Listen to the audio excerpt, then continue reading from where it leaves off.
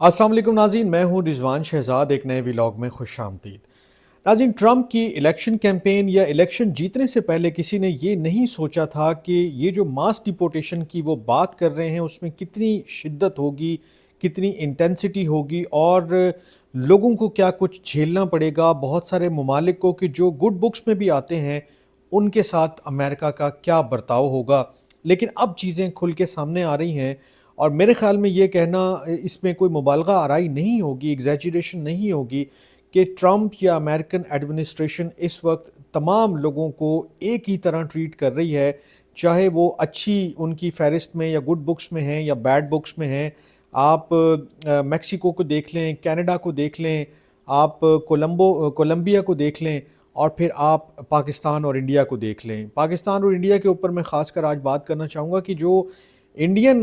वहाँ पर लोग पकड़े गए हैं, उनके साथ जो ट्रीटमेंट किया गया है उसके ऊपर बहुत बात हो रही है। बहुत दर्दनाक कहानियाँ भी सामने आई हैं कि कैसे जो लोग अमेरिका में इंडियंस इल्लीगली रह रहे थे या जो पकड़े गए हैं, उनको किस तरह से डिपोर्ट किया गया है। वो जो डिपोर्ट करने का अमल है, फ़ौजी जहाज़ों में और फ़ौजी लोगों के साथ हथकड़ियाँ और बेड़ियाँ लगाकर, भूखे प्यासे रखकर, वॉशरूम की एक बेसिक सहूलत होती है, बेसिक एक नीड होती है, उसको भी ख़त्म करते हुए 40 घंटे की जो फ़्लाइट है, जो एक फ़्लाइट फ़ौजी वहाँ पहुँची है, अमेरिका से इंडिया ट्रैवल किया ऑल द वे। उस फ़ौजी जहाज़ में 104 इंडियंस मौजूद थे, जिनको इस तरीके से जो मैंने आपके सामने ज़िक्र किया कि हथकड़ियाँ लगाकर, बेड़ियाँ लगाकर, भूखे प्यासे और वॉशरूम भी ना जाने देने जैसी एक यानी कि वो अज़ियत से गुज़ार कर इंडिया में जो है वो भेज दिया गया है। उनको वहाँ उतार दिया गया है और जैसे ही वो उतरे हैं, जैसे वो लोगों से उन्होंने बात की, उनकी मीडिया में स्टोरीज़ आई तो बहुत ही हॉरिबल और एक बहुत ही दर्दनाक किस्म की जो है वो डिटेल्स उभर के आई कि कई लोगों ने जो ये सारी रुदात है वो बताई, कैसे वो अमेरिका गए, क्या उन्होंने रास्ते में फ़ेस किया। और वो जो उर्फ़ आम में पाकिस्तान और इंडिया में डंकी लगाने की बात की जाती है तो वो कितना पुरख़तर रास्ता है। आप लाखों रुपए ख़र्च करके यहाँ से इंडिया से पाकिस्तान से या दीगर ममालिक से किस तरह आप मेक्सिको और बहुत सारे रास्तों से होते हुए जाते हैं। रास्ते में जो लोग आपके साथ सफ़र कर रहे होते हैं वो अपनी जान से चले जाते हैं, लेकिन फिर भी लोगों का ये जो एक तसलसल है, लोगों की ये जो एक ख्वाहिश है, वो लाखों रुपए खर्च करके और शायद इंडियन करेंसी में अगर मैं पाकिस्तान के हिसाब से उसको ज़रब तक़सीम करूँ तो वो करोड़ों रुपए भी बनते हैं, जो खर्च करके लोग इल्लीगली वहाँ पहुँचते हैं। अब जो कहानियाँ सामने आई हैं उसमें ऐसे भी लोग हैं कि जो शायद 10 या 12 दिन पहले ही अमेरिका पहुँचे थे और उनके जो करोड़ों रुपए हैं यानी कि डेढ़ डेढ़ करोड़, सवा करोड़, 1 करोड़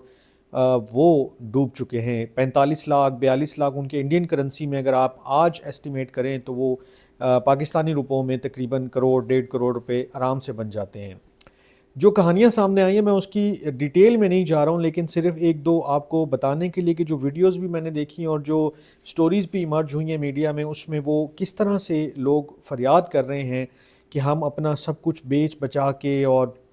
हर चीज़ गिरवी रख के और जो भी हमारी एक चलती एक लाइफ थी उसको छोड़कर हम वहाँ गए, एक हसीन ज़िंदगी का ख्वाब देखकर, एक अच्छी लाइफ शुरू करने के लिए, पैसा कमाने वाली एक जो है वो सोच के साथ हम वहाँ गए। लेकिन जब हम वहाँ गए और पकड़े गए तो उसके बाद क्या-क्या चीज़ें हमारे साथ हुई हैं। जैसे एक जो प्रीत सिंह हैं, जो तकरीबन 6 माह पहले 45 लाख रुपए खर्च करके गए और वो जाते ही अरेस्ट हो गए और फिर उनको जिस तरह से मुल्क बदर किया गया है, उसकी भी रुदात मैं आपके सामने रखता हूँ। फिर एक और जो साहब हैं उनका भी पंजाब से ही ताल्लुक़ है, इंडियन पंजाब से। मैं नाम नहीं पढ़ता हूँ, मैं बाकी चीज़ें भी नहीं डिस्कस करता हूँ क्योंकि हर शख्स की कहानी ही बहुत दर्दनाक, बहुत पेनफुल है और ये पाकिस्तान इंडिया में तकरीबन कॉमन है। जो लोग जाते हैं इल्लीगली, जब पकड़े जाते हैं, डिपोर्ट होते हैं, तो फिर वो इस किस्म की सख्तियाँ और परेशानियाँ बर्दाश्त करते हैं। इंडिया में अपोजिशन इसके ऊपर शोर ज़रूर मचा रही है, लेकिन जो इंडियन गवर्नमेंट है उसका ये कहना है कि ये कोई नई बात नहीं है। 2009 से ये प्रैक्टिस चल रही है, कभी फ़ौजी जहाज़ों में, कभी नॉर्मल जहाज़ों में जो है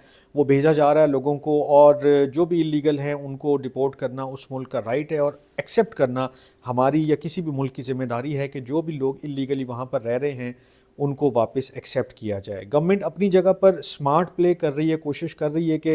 अमेरिका को ये कन्विंस किया जाए कि हम इल्लीगली जो डिपोर्ट हो रहे हैं उनको एक्सेप्ट करने को तैयार हैं, लेकिन आप लीगल का रास्ता जो है वो खुला रखें, सीधा रखें, आसान रखें, तेज़ रखें। लेकिन इस वक्त जो میسج کنوے کیا گیا ہے ٹرمپ ایڈمنسٹریشن کی جانب سے اپنے ایک الائے کو، یعنی کہ انڈیا امریکہ کا ایک بہت بڑا الائے ہے ریجن میں، اس کو بہت سپورٹ حاصل ہے، لیکن اگر امریکہ کا انڈیا کے ساتھ یہ بیہیویئر ہے، یہ رویہ ہے کہ ہتھکڑیاں لگا کر، بیڑیاں ڈال کر، بھوکے پیاسے رکھ کر لوگوں کو فوجی جہاز میں جو ہے وہ ڈپورٹ کیا جا رہا ہے، تو آپ اندازہ لگائیں کہ باقی ملکوں کے ساتھ کیا تعلق اور کیا ٹریٹمنٹ جو ہے وہ اس وقت جاری ہے۔ کولمبیا کی مثال ہمارے سامنے ہے کہ انہوں نے 2 جہاز نہیں اترنے دیے تھے، تو پھر ٹرمپ نے ایک ٹویٹ کی کہ آپ نے ہمارے جو فوجی جہاز نہیں اترنے دیے گئے، اب آپ کے اوپر 1 ہفتے کے بعد 25% ٹیرف، 2 ہفتے کے بعد 50% ٹیرف یعنی ٹیکس، آپ کی تمام امپورٹس کے اوپر، آپ کے تمام ویزے کینسل، آپ کا صدر ہو، آپ کے وزراء ہوں، آپ کے لوگ ہوں، ان کی جانچ پڑتال سخت سے سخت ہوگی، اور نہ جانے کیا کیا۔ تو اس کے 3 گھنٹے کے اندر اندر انہوں نے کہا تھا جی آپ بھیج دیں، ہم اس کے علاوہ بھی لوگوں کو لینے کے لیے تیار ہیں،